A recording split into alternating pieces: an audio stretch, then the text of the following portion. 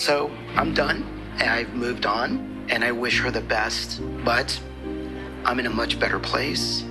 It sounds like you are. I guess the next question is, can we go out again?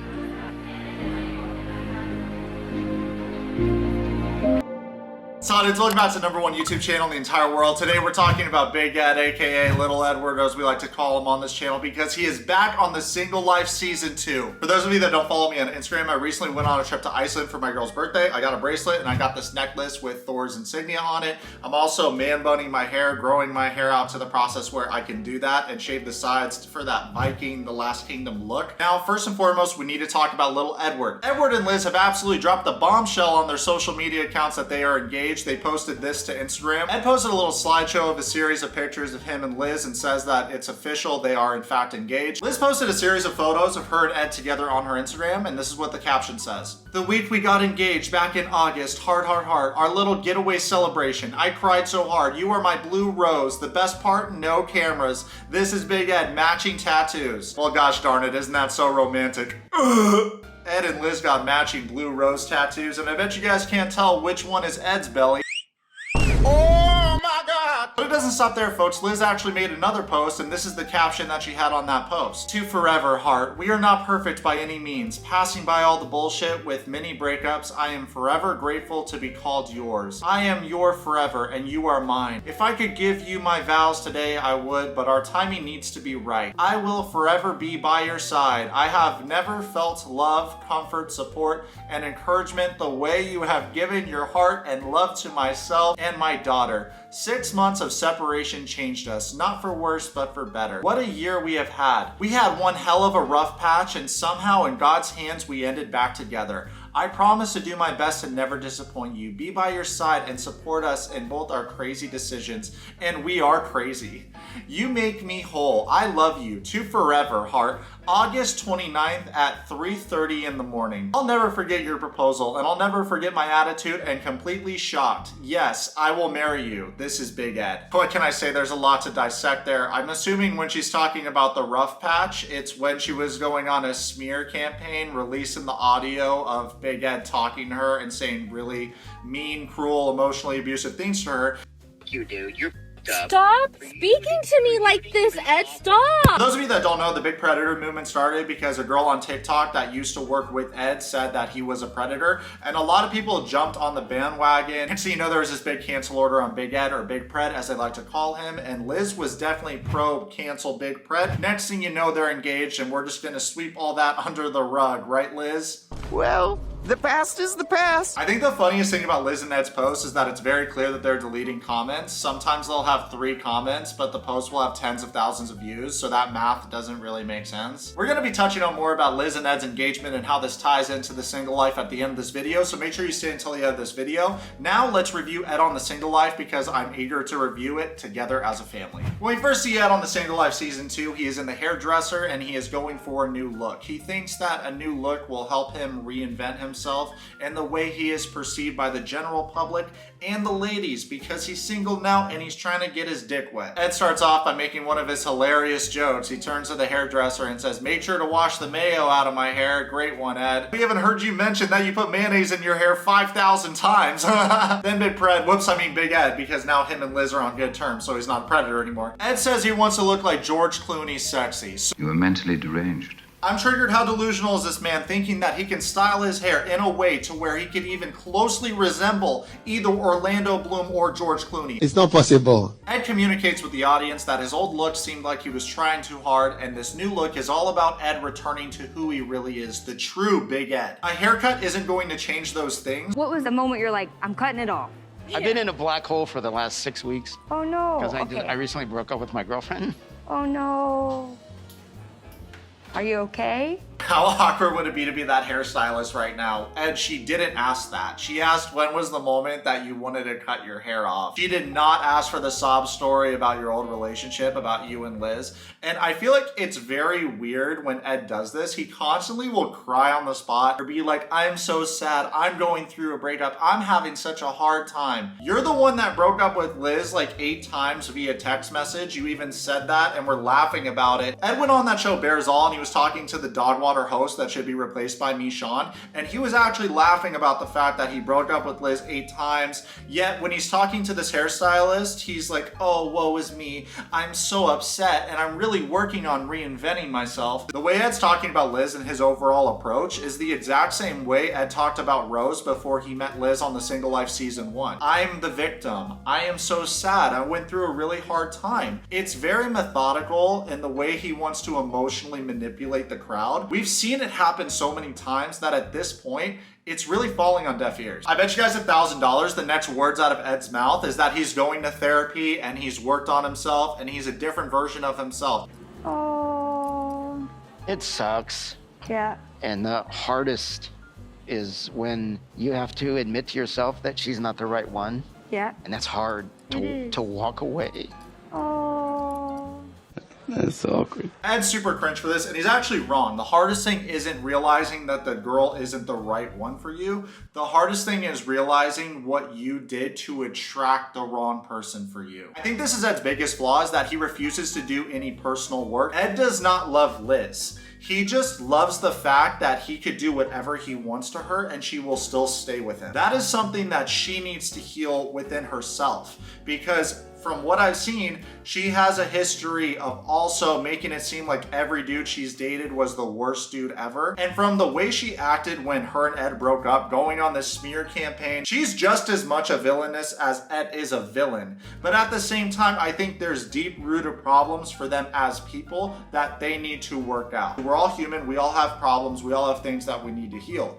But it's a matter of actually being accountable. Accountability is huge, and I feel like Ed has never been accountable. This breakup is one of the hardest things I've ever done in my life. I feel I gave away my heart again and I failed. Really, Edward, I'm finding it hard to believe that the breakup with Liz is the hardest thing you've had to overcome in your entire life. And if it is, you have had a very privileged life, my friend. I thought the breakup with Rose was way messier. Not to mention Ed cheated on his first wife when she was pregnant with Tiffany and got divorced as a result of that. I would have thought that that would be way more traumatic or way bigger of a thing to get over than the breakup with Liz, especially because he broke up with Liz 8 times, as I mentioned earlier, over text. And he's the one that initiated that breakup. He's the one that played all those games. Next thing you know, Ed gets his fresh cut and he says that he looks 15 years younger. He's the one that said that. I'm big into affirmations, and if he truly believes that, that's cool. All of a sudden they do a flashback. Ed talks about his past relationships and highlights his past relationship with Rose. Ed blames the majority of the problems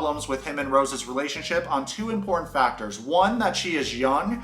2, that he wasn't honest about his intentions at the start of the relationship. Something that reassures me in my belief that Ed has truly never grown as a person is the fact that he's so brief whenever he references his relationship with Rose. The only thing Ed opened up about is the fact that he lied about his intentions with Rose since the start of the relationship, and then they reference a clip where it's revealed that Ed said he wanted to have children when he in fact didn't want to have children with Rose. Ed lied about his intentions with Rose from the get-go because he knew that if he was honest about his intentions and honest about his beliefs, she would not have sex with him, so he lied in order to get that punani all the way in the Philippines. Ed's breakup with Rose isn't, of course, the only breakup that he talks about. He talks about his adventure with Liz, he talks about the ups, the downs. I feel great. This is a good first step. I feel I'm healing, like you healed me. Ed has very big new year, new me energy. Next thing you know, Ed loads up the Vespa and goes to see his mom to show her his new haircut. Mama's boy! And his mom's reaction is very positive. She's like, oh my God, Ed, what a great haircut. His mom is his #1 fan. Ed goes on to say that his mom is 82, and honestly, I was blown away by this. She looks great for 82 years old.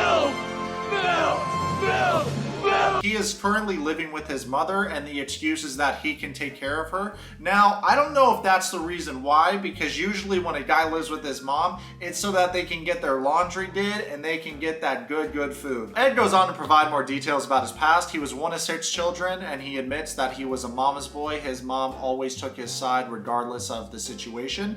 And this honestly explains a lot. When you're mom's special little boy, you can do no wrong, and that kind of hurts you in the long run, because no matter what the situation is, even in a relationship setting, you think that you're always correct. Are you still open to dating women in their 20s? I am not at all whatsoever interested in dating anybody in their 20s. I'm done. I learned my lesson. I burned myself twice, and it's time for me to grow up. Oh, you guys, it all makes sense now. The problem isn't that Ed's manipulative and he's a gaslighter. The problem is that the girls are too young. If he stops dating girls in their 20s, then everything's gonna be okay. When Ed is talking to his mother in their kitchen, Ed's mother reveals that Ed has a fear of being alone and he really wants to find somebody. And she's just basically being his hype man, being like, Ed, you're gonna find the perfect girl. There's so many great girls out there for my charming little boy. And Ed reveals that he still has always had this image of the perfect girl. Love has never been easy for me. I still, to this day, sort of believe in my heart that I can find the perfect woman. You see, the Necklace Wonder himself has a list of 10 things that he's looking for in a girl. Let me read them off to you. Committed, trustworthy, respectful, attractive, doesn't want kids, good communication skills, sense of humor, tiger in the bedroom, doesn't want to friend zone me, and they have to love me. I think it's outrageous that Ed is looking for all these qualities in a girl when he embodies none of these qualities. Actually, he embodies 3 of these qualities, and those 3 he embodies are, and they have to love me, doesn't want to friend zone me, and doesn't want kids. It's no secret that Edward's sphere of influence is his dog, his mother, and his daughter Tiffany. So it came as no surprise to me that Ed met up with his daughter Tiffany to tell her the good news that he is going to be dating older women this time and not girls that are younger than she is. Anyway, they're at this gym in Las Vegas that I'm pretty sure I used to work out in high school. So I think it's great that the gym was visited by a D1 athlete like little Edward. Core tight. Do you want lighter dumbbells? Yeah. I'm still trying to get over Liz. I'm in therapy. I had therapy today. I bet you guys $1,000 the next words out of Ed's mouth is that he's going to therapy and he's worked on himself and he's a different version of himself. Tell him to bring me my money. No more Liz.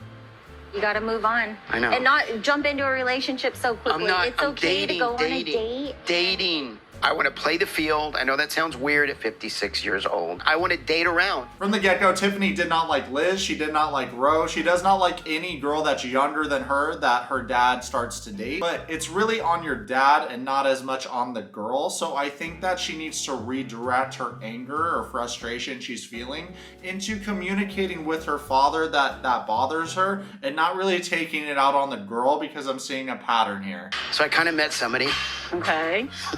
And we're going on a date tonight. And so, you know, Tiffany and Ed start awkwardly laughing at each other, and Tiffany's like, you seem so nervous, and Ed's like, I know, because you never approve of any girl I'm dating. Ed tells Tiffany that he's going on a date with a woman that is 43 years old, and her face lights up, and she's like, wow, you're finally listening to my advice. That's rude. Hear me out though, maybe, just maybe, age isn't the problem. Instead, it's Ed. I'm going out on a date with a girl named Mia. She's 42 years old. She lives in Vegas. How did he do that?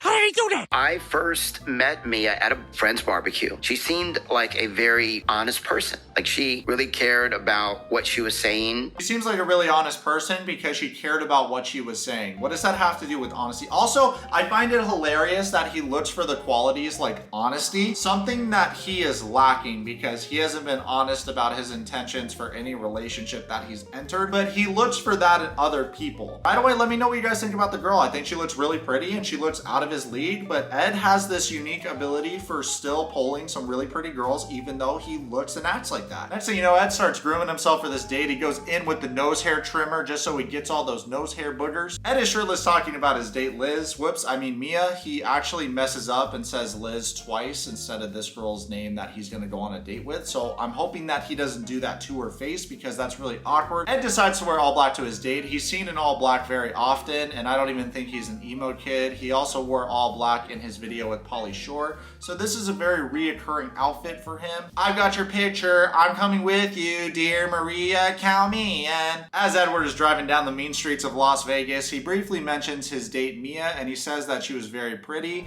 and she's also older and he's never tried dating an older woman. So that makes me think that he's entering this for very shallow reasons. And Ed proceeds to give some background information about his first marriage. He says that he got a divorce from his wife at 24 years old and he got married very young at like 21, 22 years old. Ed continues painting the picture of himself by saying that he is an amazing father, and once he had his child Tiffany, his whole world changed and he decided to put his romance life on hold so that he can prioritize raising his child. Ed even says that he didn't have a romance life and he was celibate for 27 years. Do I believe that, or does any of the audience members believe that? Absolutely not. This guy's so eager to get down and dirty, he would literally have sex with a turkey sandwich. Ooh, Ooh, turkey.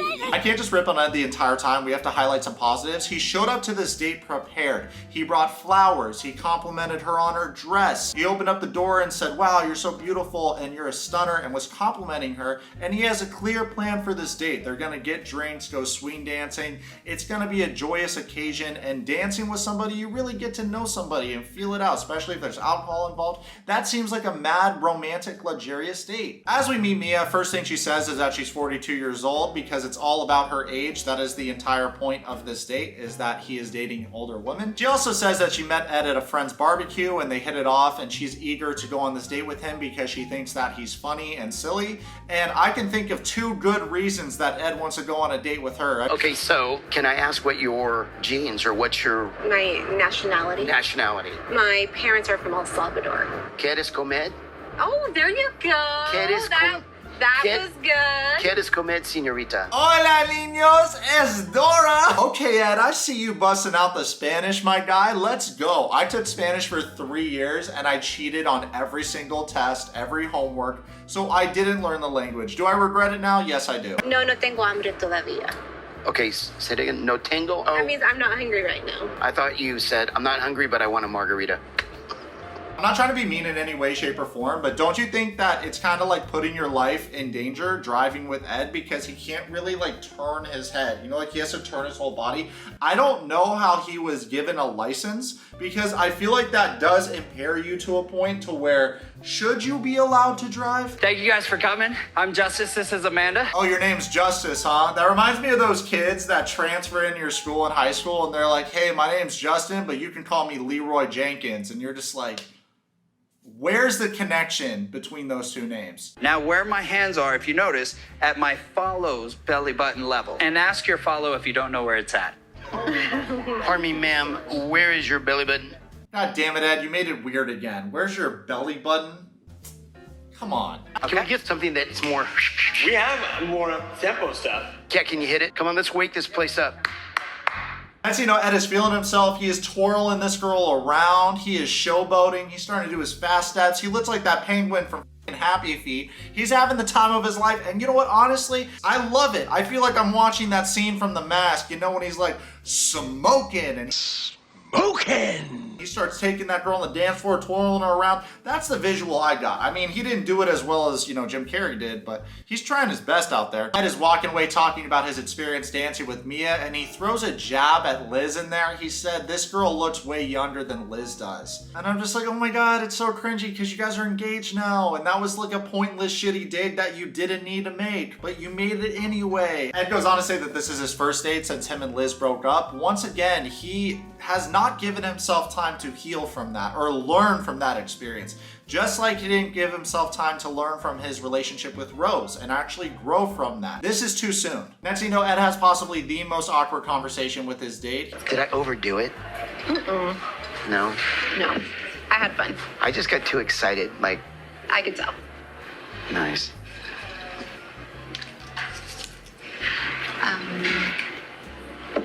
Were my moves too gnarly for you? I feel like Ed's so self-absorbed, he hasn't asked this girl any questions and he instead wants to talk about himself. So it gets to the point where they're just saying back and forth, and then the girl breaks the ice by asking him a question. Let's talk about relationships. Okay, so I'm not good at them. Mm-hmm. And Liz, the last woman I dated, was 28. I dated a girl and she was 28. It's really weird how he's emphasizing the age so much. It's like the only conversation point he can talk about from so far from his segment is the age factor. Ed goes on to say that he dated Liz for 6 months and it was a whirlwind of emotions. I make up and break up 8 times. Who does that? 8 times. That's a lot of times. Who did the breaking up? Wow.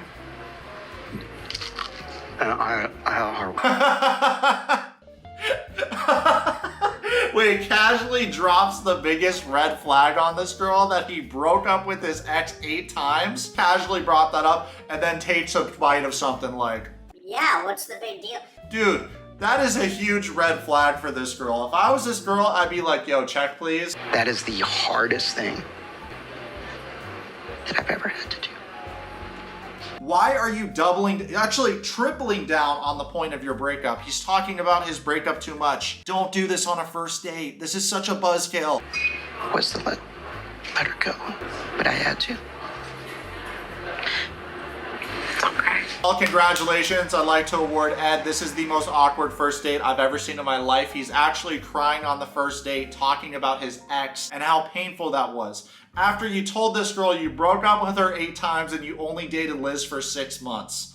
He's acting like this is the Phantom of the Opera. Sing once again with me, a strange duet.